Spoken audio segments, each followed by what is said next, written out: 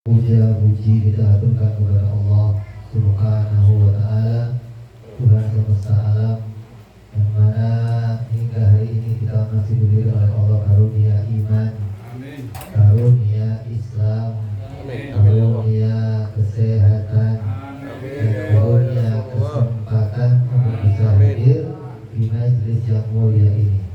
Mudah-mudahan karunia Allah ini terus diberikan kepada kita hingga akhir hayat kita, amin ya rabbal.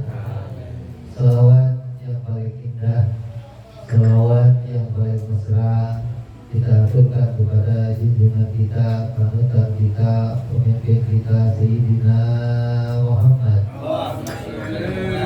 Juga untuk keluarganya, para sahabatnya, para pengikutnya yang setia sampai akhir zaman.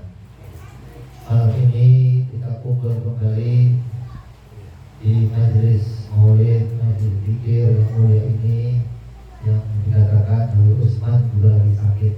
Kita doakan mudah-mudahan Nabi Utsman diberikan oleh Allah kesehatan, panjang umur, kembali bisa mengisi majelis, manfaat ilmunya untuk kita dunia dan akhirat, amin ya rabbal. Juga untuk semua yang hadir, mudah-mudahan semua hajat-hajatnya dikabulkan oleh Allah Subhanahu wa taala. Kita masih berada di bulan Maulid Nabi sallallahu alaihi wasallam. Maka di bulan Maulid ini kita wajib bergembira dengan hadirnya kelahiran baginda kita Nabi Muhammad sallallahu alaihi wasallam. Allah Subhanahu wa taala berfirman dalam Al-Qur'an, "Qul bi fadlillahi wa bi rahmatihi fa bidzalika falyafrahu." Katakanlah wahai Nabi Muhammad, bi fadlillah, dengan karunia Allah, wa bi rahmatihi, dan dengan rahmatnya Allah, fa bidzalika, dan dengan itu semua maka bergembiralah kalian.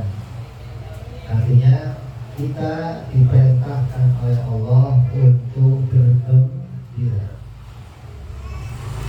Dalam hidup kita, kita memiliki banyak kegembiraan. Ya, ini sering bahagia nggak? Bahagia. Banyak kebahagiaan. Punya anak bahagia.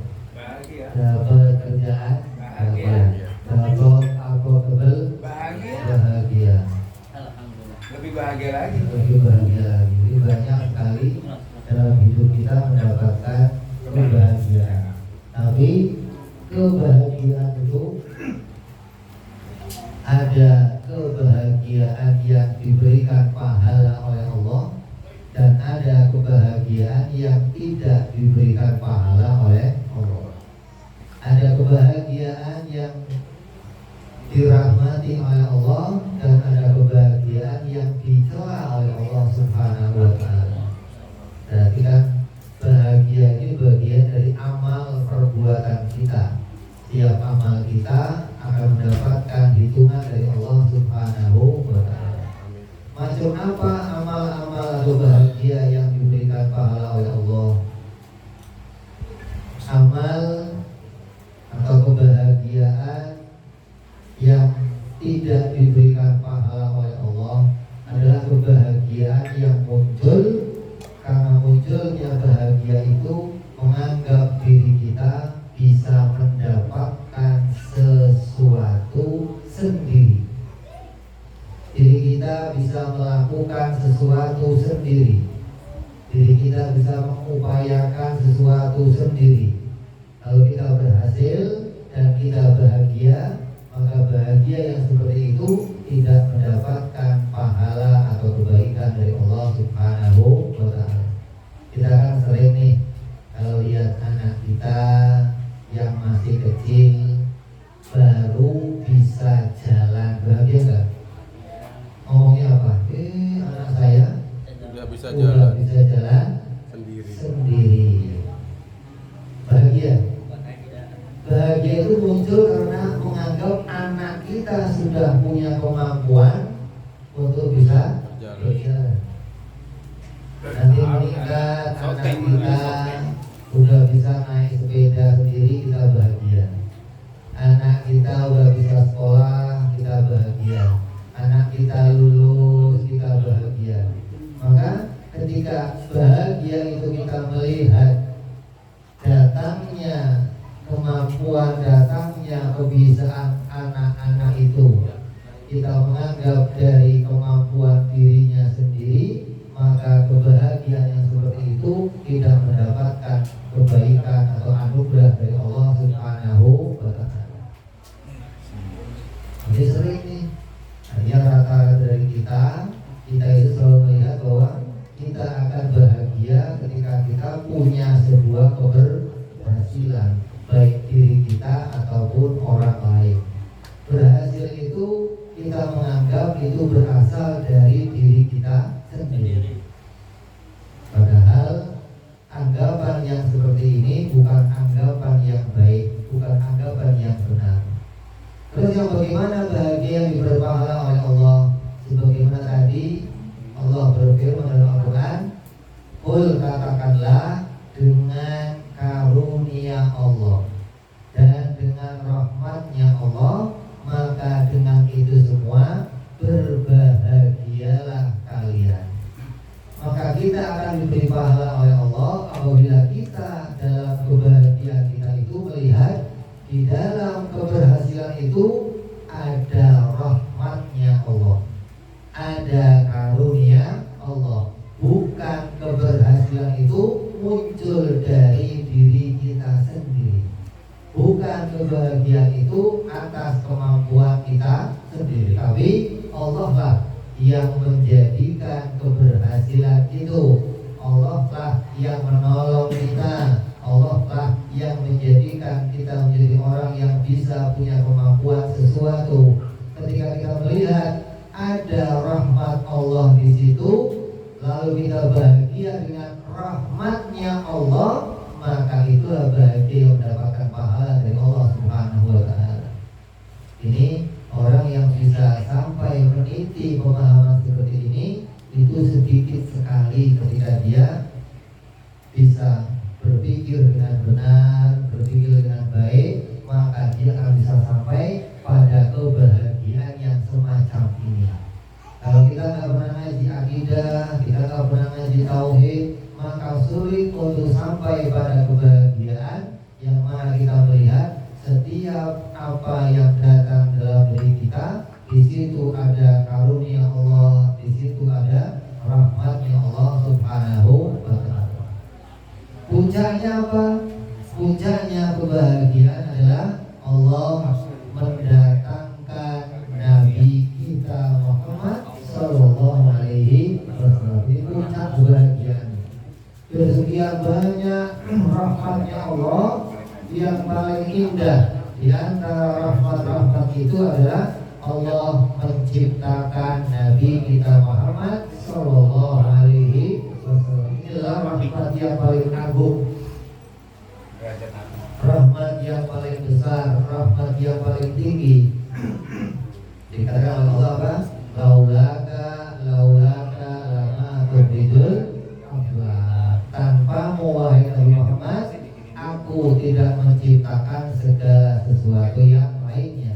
Artinya hikmahnya Allah menciptakan Nabi Muhammad, Allah ciptakan pula langit, bumi, matahari, manusia, malaikat, diri kita, dan kita bisa kumpul di majelis ini. Ini hikmahnya berkah lahirnya Nabi Muhammad Sallallahu Alaihi Wasallam. Ini disebut rahmat yang paling agung untuk kita. Jadi para ulama, para kiai sering melihat ayat itu hanya dihubung-hubungkan dengan Nabi Muhammad saja.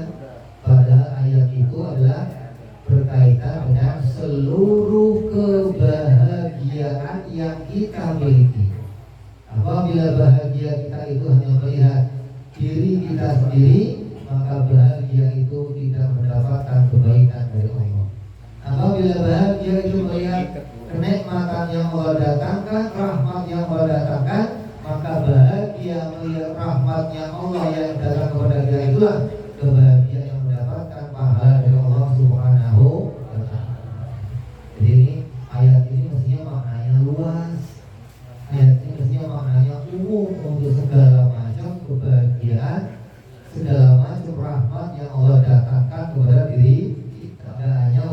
khusus datangnya Nabi Muhammad Sallallahu Alaihi Wasallam saja. Hadirin yang dimuliakan oleh Allah Subhanahu Wa Taala, lahirnya baginda kita Nabi Muhammad Sallallahu Alaihi Wasallam adalah membawa kita untuk bisa menjadi orang-orang yang diajak kembali hanya untuk menyembah kepada Allah Subhanahu Wa Taala, meninggalkan penyembahan kita kepada selain Allah, meninggalkan ketergantungan kita selain Allah, meninggalkan kebutuhan kita kepada selain Allah. Karena sebelum ini manusia seringkali menyembah kepada manusia yang lain, seringkali manusia bergantung kepada manusia yang lain, seringkali manusia menetapkan butuhnya kepada manusia yang lain. Namun lahirnya Rasulullah SAW mengajak kita kepada dinut tauhid, yaitu agama yang mengesahkan Allah, artinya kembali hanya untuk menyembah Allah, hanya untuk menggantungkan kebutuhan kita kepada Allah, hanya untuk menyatakan bahwa butuhnya kita hanya kepada Allah Subhanahu Wa Taala, tidak kepada yang lain-lainnya. Maka kelahiran Rasulullah SAW ini oleh semua manusia itu beliau dipandang. Di antaranya orang-orang Yahudi juga memandang Nabi Muhammad SAW. Dalam kitab Biba dikatakan ada seseorang yang bernama Ka'bil Ahbar. Ka'bil Ahbar ini seorang Yahudi. Dia adalah orang yang taat kepada agamanya. Dia diajarkan kitab-kitab Taurat oleh abahnya.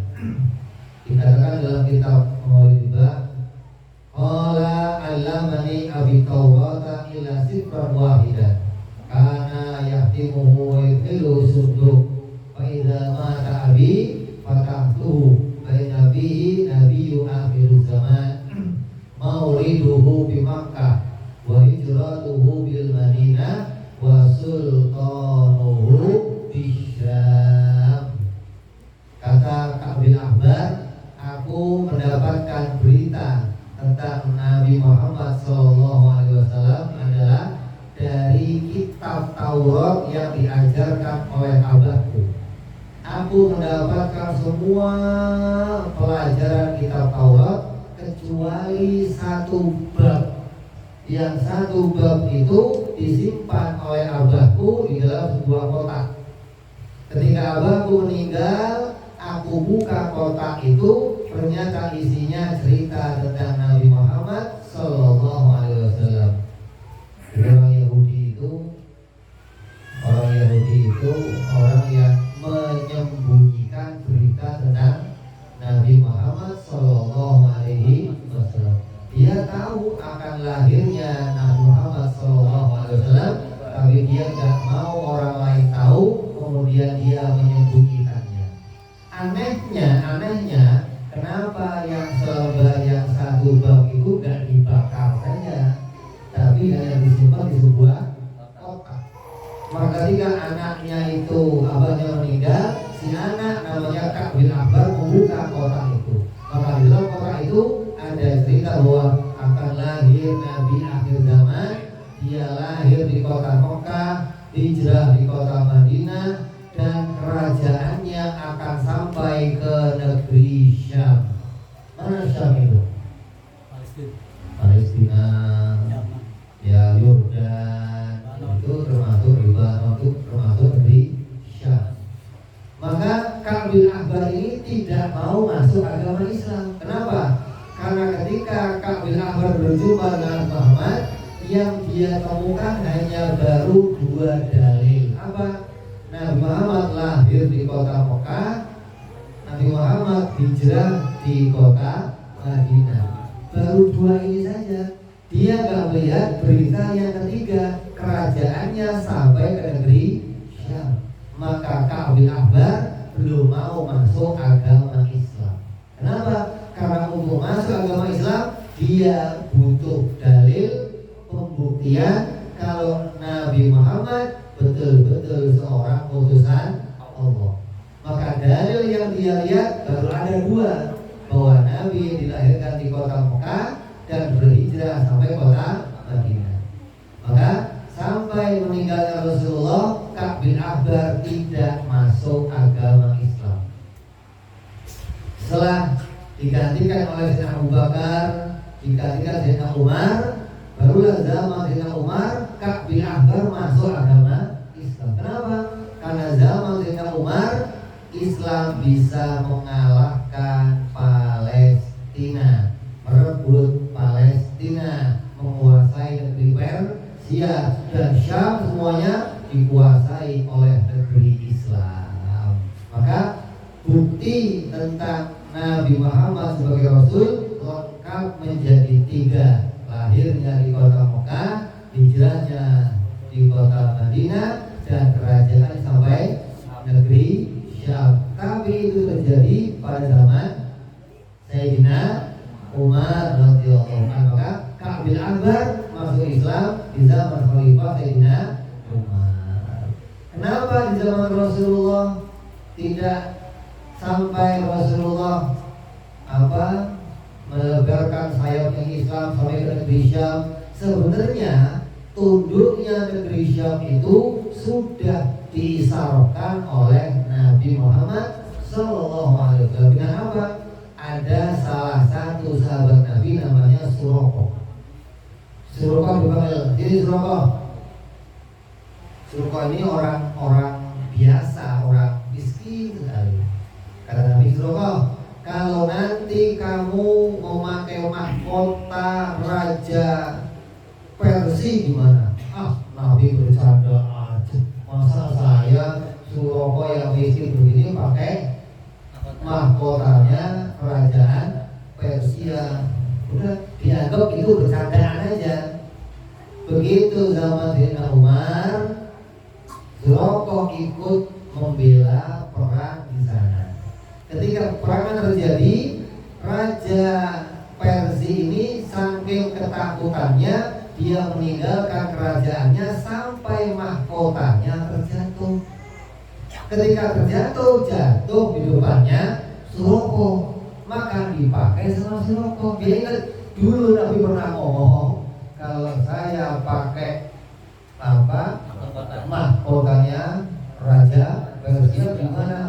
Mungkin ini tandanya, maka dipakai oleh Suraqah. Artinya apa?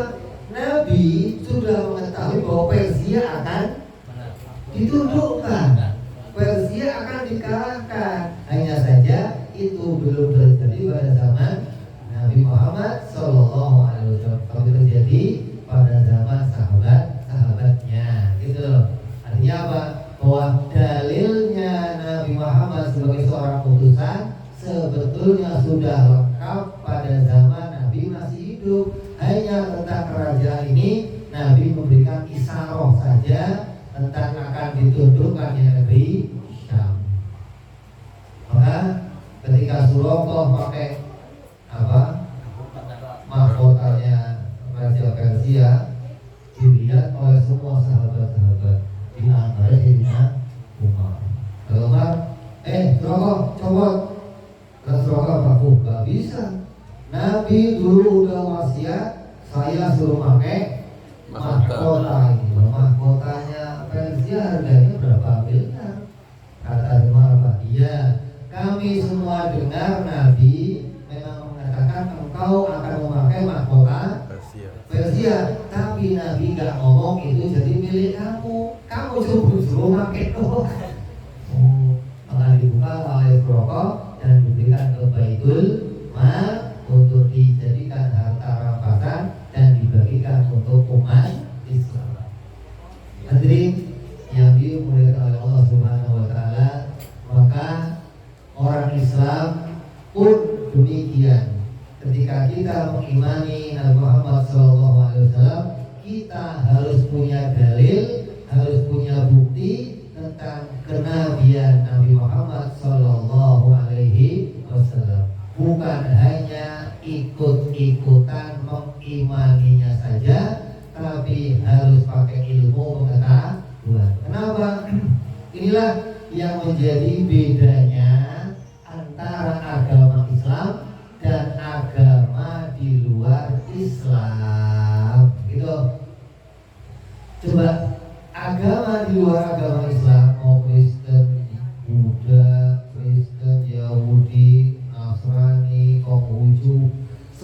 semua yang mereka ajarkan adalah bagaimana dalam dirinya punya keimanan kepada agama, tapi tanpa pengetahuan, tanpa dalil.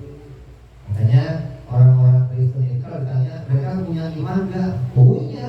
Mereka punya iman dalam dirinya, iman kepada ajaran agamanya, iman kepada ajarannya pendeta, mereka iman. Orang Buddha punya iman, orang Yahudi punya iman, orang India punya iman. Tapi iman mereka tidak dibangun dengan ilmu pengetahuan. Ini aja bedanya.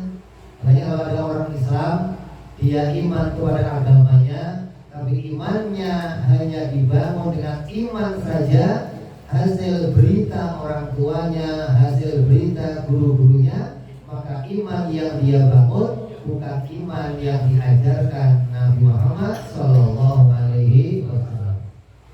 Karena iman yang diajarkan Nabi Muhammad adalah iman yang dibangun dengan dasar ilmu pengetahuan. Makanya ada yang namanya yakin. Apa itu yakin? Yakin itu adalah kemantapan hati yang disertai dengan bukti.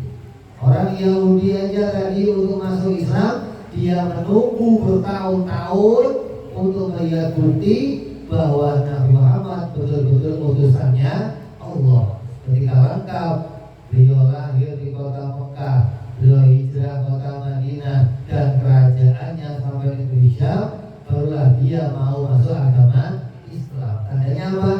Dia untuk masuk agama Islam butuh bukti, butuh untuk meyakinkan hatinya, bukan hanya ikut-ikutan dengan pendapatnya orang lain. Maka inilah yang harus kita bangun di dalam agama kita. Maka orang Islam itu harus cerdas, orang Islam harus pintar, orang Islam harus punya dalil, baik dalil tentang kenabian Nabi Muhammad SAW maupun dalil tentang ketuhanannya Allah Subhanahu wa Ta'ala. Kemarin ada orang namanya Guru Gembul. Tahu? Hah? Ya, Guru Gembul. Guru Gembul. Ya, kalau yang biasa main YouTube, main internet tahu tuh namanya Guru Gembul. Yang dia juga ikut-ikutan ngomong masalah nasab tuh. Hah? Guru Gembul namanya. Temannya Imanuddin. Temannya. Iya. Apa kata Guru Gembul? Ahli sunnah itu mengada-ada. Ketika ahli sunnah mengatakan bukti adanya Allah Subhanahu wa Ta'ala, adanya alam semesta ini. Kata Gembul apa? Itu mah mengada-ngada bukti yang begitu. Terus gimana?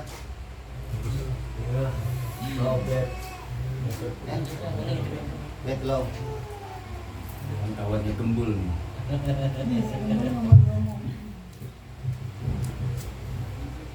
Maka kata Guru Gembul apa? Masa sih adanya Allah dibuktikan dengan adanya alam semesta? Kalau adanya Allah dibuktikan dengan alam semesta, nanti kalau alamnya nggak ada, Allahnya juga ikut nggak ada dong. Padahal selama ini itulah yang menjadi keyakinan kita, bahwa kita membuktikan Allah itu ada dengan bukti adanya alam semesta. Ciptaan alam ini jadi bukti bahwa Allah adalah penciptanya, maka Allah juga zat yang wajib adanya dengan bukti adanya ciptaannya ini. Maka dia mulai memberikan pernyataan yang akan meragukan umat Islam, yang akan meragukan banyak orang tentang bukti adanya Tuhan bukanlah adanya alam semesta. Padahal perkataan ini menunjukkan dia bukanlah orang yang punya ilmu pengetahuan. Guru Gembul ini orang yang berkomentar di setiap hal. Apapun yang lagi ramai di internet dia ikut komentar. Padahal kalau yang namanya ahli, dia akan komentar di bidangnya, bukan komentar di setiap bidang. Kalau ada dokter gigi, ada dokter kandungan, maka ketika ada masalah dokter kandungan, dokter gigi tidak akan komentar. Kenapa? Bukan bidangnya. Tapi kalau seorang dokter kok semua hal dikomentari, pasti dia tukang gigi, bukan dokter gigi. Kalau dia punya ilmu, dia seorang ahli, dia hanya akan komentar di bidangnya saja. Maka guru kumpul juga begitu, orang yang komentar di setiap hal padahal dia bukan bidangnya. Dalam kaidah mantek ada perkataan begini, setiap ada dalil pasti menunjukkan kepada adanya yang didalili. Tapi tidak adanya dalil tidak bisa untuk memastikan tidak adanya yang didalili. Itu kaidah mantek. Artinya kalau alam ini nggak ada, tidak bisa untuk mengaitkan bahwa Tuhan juga nggak ada. Contoh, kita punya rumah, ya. Di rumah ini tadinya ada apa nggak ada? Nggak ada. Terus dibangun sama tukang, sama yang punya rumah. Kalau rumah ini nggak ada, apa tukangnya nggak ada? Ya tukangnya tetap ada, apa hubungannya rumah sama tukang? Hanya kalau rumah ini ada, jadi petunjuk tukangnya ada. Kalau rumahnya nggak ada, tukang tetap ada. Ini kopi dibikin nggak? Kalau kopi ini ada, jadi bukti ada yang. Kalau nggak ada kopi, iya bikin ini yang bikin, masa jadi hilang bagaimana sih? Jadi ini guru kumpul bicara seperti ini mau mencoba meragukan orang-orang awam dari orang Islam. Ini pentingnya orang disuruh ngaji biar dia tahu bahwa yang namanya dalil itu menunjukkan kepada adanya yang tidak. Tapi nggak adanya dalil tidak bisa dipakai untuk memastikan tidak ada yang didalili. Yang didalili tetap pasti ada, hanya buktinya saja yang tidak ada. Kalau di depan rumah kamu ada kotoran ayam, jadi bukti di sekitar situ ada ayam. Kenapa? Buktinya kotoran. Ada kotoran. Tapi kalau nggak ada kotorannya, Nggak ada ayam. oh nggak ada ayam. Ayamnya ada, cuma nggak tahu di mana gitu loh.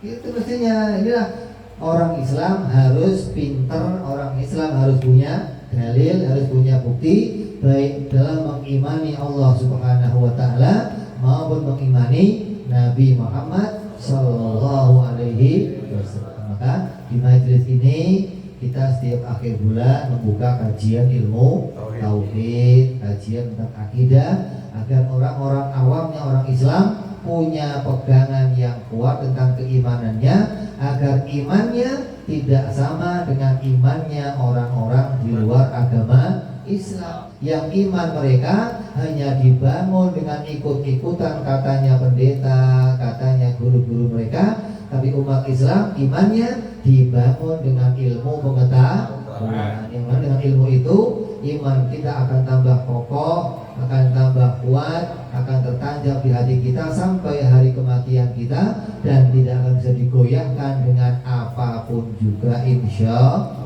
Mudah-mudahan ke depan kita akan terus mengkaji kajian-kajian ini agar kita menjadi orang-orang yang peduli kepada umat Islam, peduli pada perjuangan Nabi Muhammad SAW. Kita peduli mensyiarkan agama tauhid, dinu tauhid, agar kita jadi orang-orang yang diperhatikan pula oleh Nabi Muhammad SAW. Dan kita melihat ini sebagai karunia Allah, ini sebagai rahmatnya Allah Subhanahu wa Ta'ala. Mudah-mudahan dengan karunia ini kita mendapatkan karunia-karunia yang lainnya, hingga puncaknya kita bisa mati membawa iman, membawa Islam, dan bisa mengucapkan kalimat La ilaha illallah selamat di dunia sampai di akhirat nanti. Amin ya dari saya mohon dimaafkan. Hadanallahu wa iyyakum ajmain. Assalamualaikum warahmatullahi wabarakatuh. Waalaikumsalam warahmatullahi wabarakatuh. Dan